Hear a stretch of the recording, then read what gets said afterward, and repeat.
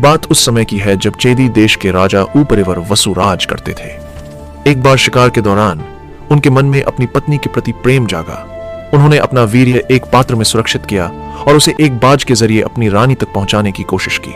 रास्ते में उस बाज की भिड़ंत दूसरे बाज से हो गई और वह पात्र सीधे यमुना नदी में जा गिरा। उस समय यमुना में अद्रिका नाम की एक अप्सरा रह रही थी, जिसे ब्रह्मा जी के श्राप के कारण मछली बनना पड़ा था। अद्रिका ने उस अंश को निगल लिया और वह गर्भवती हो गई। कुछ समय बाद जब उस नदी के पास रहने वाले दाशराज ने उस बड़ी मछली को पकड़ा और उसका पेट चीरा तो उनके आश्चर्य का ठिकाना नहीं रहा। मछली के पेट से 2 नवजात शिशु निकले, एक बालक और एक बालिका। बालक राजा वसु को सौंप दिया गया, जो आगे चलकर राजा मत्स्य बने। बालिका, उसका शरीर बहुत सुंदर था, लेकिन मछली के पेट से जन्म लेने के कारण उसके शरीर से मछली जैसी गंध आती थी, इसलिए उसका नाम मत्स्यगंधा रखा गया। दाशराज ने उसे अपनी पुत्री के रूप में पाला। मत्स्यगंधा बड़ी हुई और अपने पिता के काम में हाथ बंटाने लगी। वह यमुना नदी में नाव चलाकर यात्रियों को पार उतारा करती थी। एक दिन परम प्रतापी ऋषि पराशर को नदी पार करनी थी। जैसे ही वह नाव पर बैठे, वह मत्स्यगंधा के सौंदर्य और उसके भविष्य को देखकर मुग्ध हो गए। ऋषि ने मत्स्यगंधा के सामने प्रणय का प्रस्ताव रखा। मत्स्यगंधा एक धर्मपरायण कन्या थी।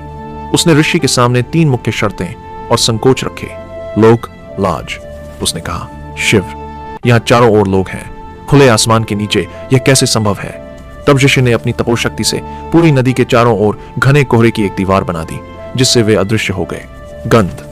उसने अपने शरीर की मछली जैसी गंध के बारे में बताया।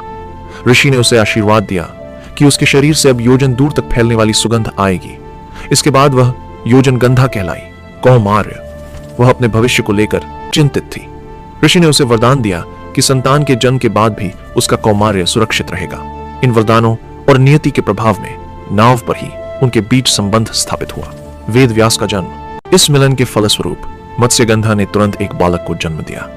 वो बालक जन्म लेते ही युवा हो गया और उसने अपनी माता से कहा कि जब भी उसे आवश्यकता होगी वह स्मरण करने पर प्रकट हो जाएगा। यही बालक आगे चलकर महर्षि वेद व्यास कहलाए, जिन्होंने वेदों का वर्गीकरण किया और महाभारत की रचना की। इस घटना के बाद मत्स्यगंधा वापस अपने सामान्य जीवन में लौट आई और बाद में हस्तिनापुर के राजा शांतनु की पत्नी और कुरु वंश की जननी बनी।